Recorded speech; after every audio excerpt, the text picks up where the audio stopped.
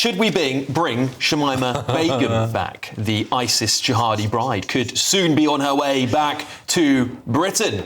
Judges in the foreign court, that is the ECHR, have now stepped in, interrogating the Home Office over its decision to strip her of citizenship. They're suggesting her human rights may have been breached. The rights of Begum, who voluntarily left Britain to join an Islamist terrorist group, are now apparently a higher priority than the safety and common sense of the British public. Let me just remind you what Shamima Begum herself said openly to the British press. She said this: "When I saw my first severed head in a bin, it didn't faze me at all. It was from a captured fighter seized on the battlefield, an enemy of Islam. I thought it was normal." That was an interview she gave to The Times in February 2019.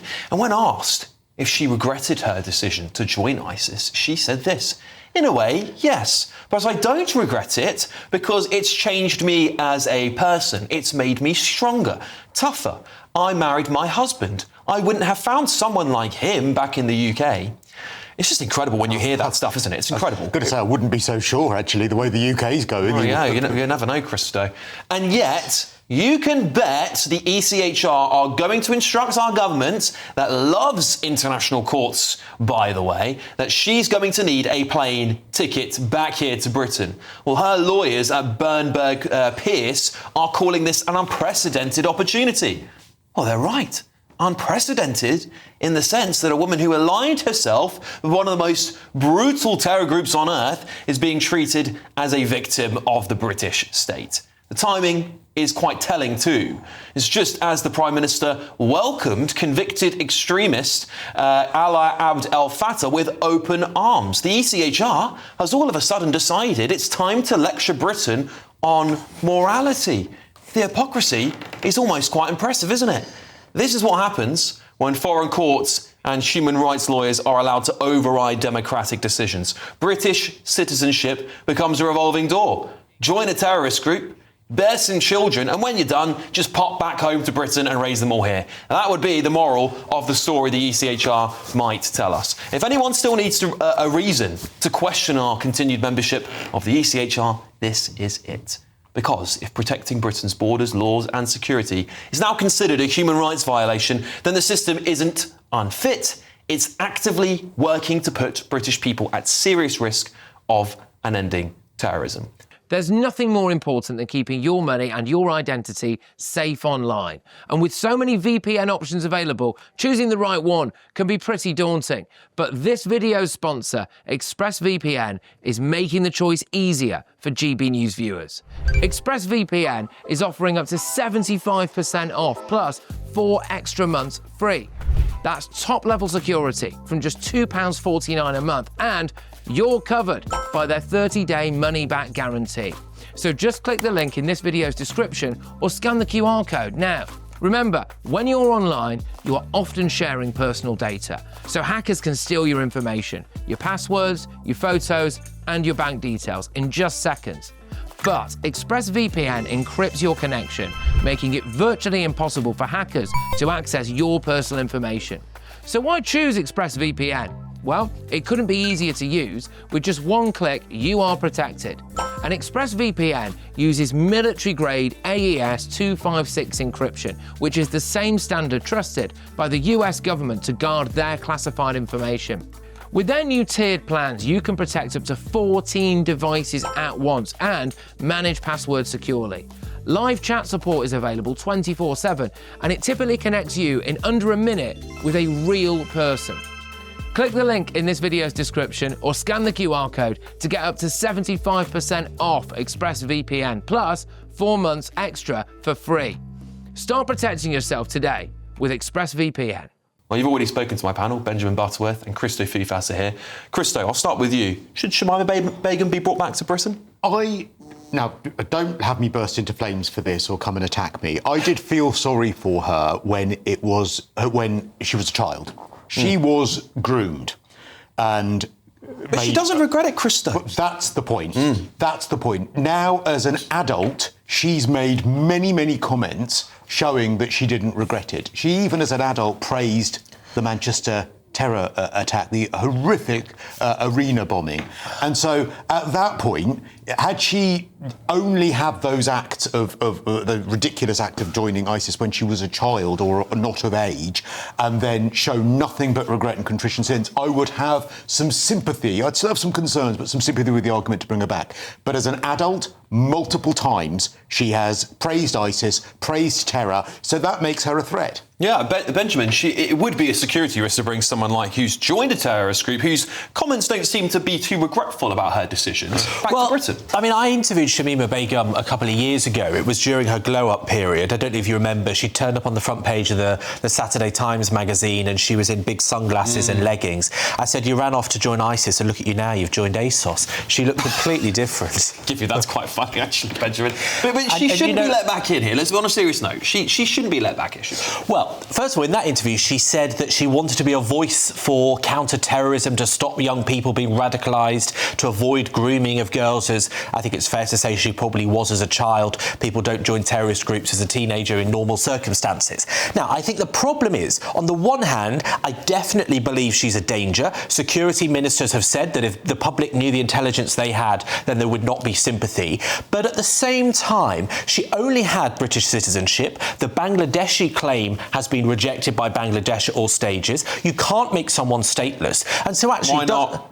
Well, because then where would they live, right? And so... That's not our problem. The question... I get well, that. it is our problem, because it is our problem. I get if you did it the other way round, there could be terrorists stuck in Britain because other countries won't take them back. I mean, I won't comment on that. But what I will say, and I get the policy points on that, I do understand that argument. I also get to a point now where I just think, do you know what, I don't care. I don't care. I'm so sick of us having to bend over backwards constantly for people that hate our country, hate our values. She made a decision. She didn't show much regret for making that decision, quite frankly. She's also buried a child with this, we assume... Many, 3. Yeah, I might assume, by the way, and I'm not saying I know for sure, but I might assume some of those men might have been quite radical extremist Islamists, right? Those children are not going to love our values either.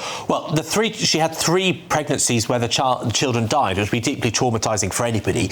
But look, the question I would say, you talk about hating our values. Are we not failing our values when someone can be refused their citizenship because their parents were Bangladeshi, which is the only way she would have a claim? What message does that send to people in this country who are ethnic minorities and from other parts of the world through their parents? Well, it says don't go and join a terrorist group, and then you won't have your citizenship. To your point, then, the other counter-argument to that would be that then, because they have a claim to statehood, we should allow someone who is a threat to our nation to come back. Why on earth would we do that? But she doesn't have a claim to any other state. Imagine, God forbid, that she did come back here and then down the line, a year or two, she ends up being involved in some sort of terror attack, ends up being involved in an horrific attack where more children die, attacks similar to those that she's actually praised. Well, then we would be absolute fools to have let her back in. Had she not, as an adult, praised the death of children, how can that not be a security threat? How can that possibly not be a security threat? But given that they say there's the intelligence she's a security threat, then she would be in prison in this country. She would be facing consequences.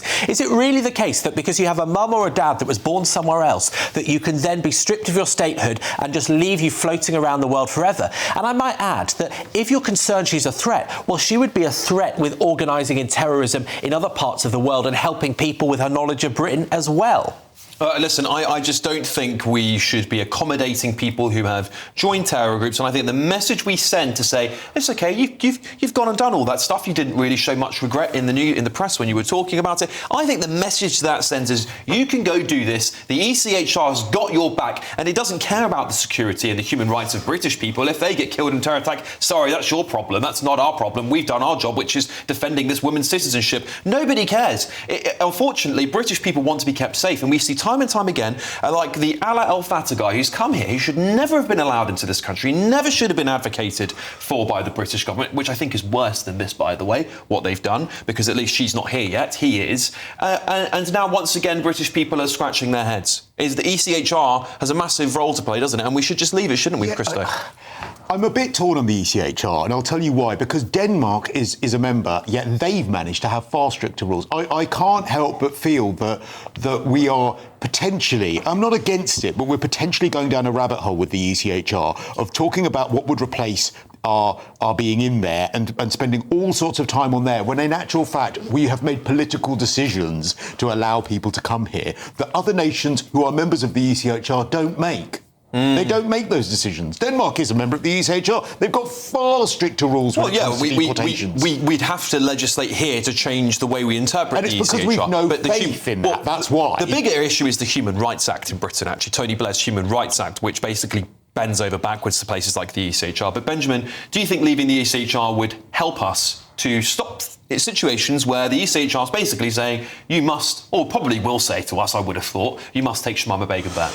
Well, we're not going to take Shamima Begum back. There's no way a UK government would do that at this point. No, I think there's no chance whatsoever, because what would be the benefit of it? The benefit of taking El Fatah here? And, well, I'd just say one thing. First of all, Denmark is the right example. Other countries have also had stricter interpretations of ECHR. This government has changed it, so your right to a family life is being interpreted in a different way. So I think, if you're angry at these decisions, blame our politicians and their interpretations and maybe their weak backs at not standing up to the questions, rather than thinking that there is some simple answer. But unfortunately, I think people are so sick to death of successive politicians not having their back. And it's a little bit like Brexit, actually. That there were some things that we could have done without leaving the EU, but successive politicians didn't do it. We could have had more of a control of immigration. So I think the electorate are so furious, they just say, well, you know what, we want the whole thing torn up. We want it all gone, because we've no faith in any of the people in Westminster to have our back. There is a danger, though, with this Al Fatah guy. His tweets are disgusting.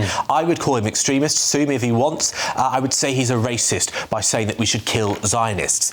But he is a UK citizen at the decision made under a Tory government.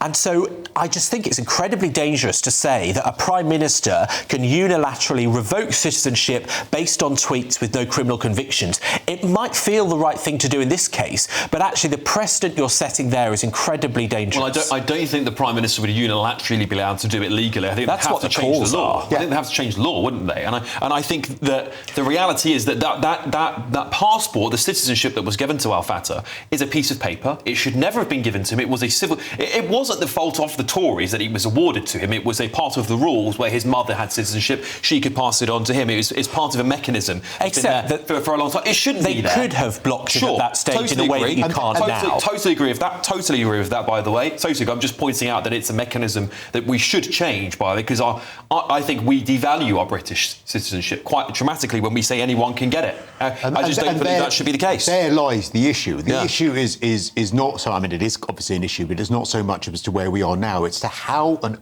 earth he got given that citizenship in the first place, why that due diligence wasn't done, and what we do in the future. Indeed. Right. Well, a Home Office spokesperson said this: the government will always protect the UK and its citizens. That is why Shamima Begum, who posed a national security threat, had her British citizenship revoked and is unable to return to the UK.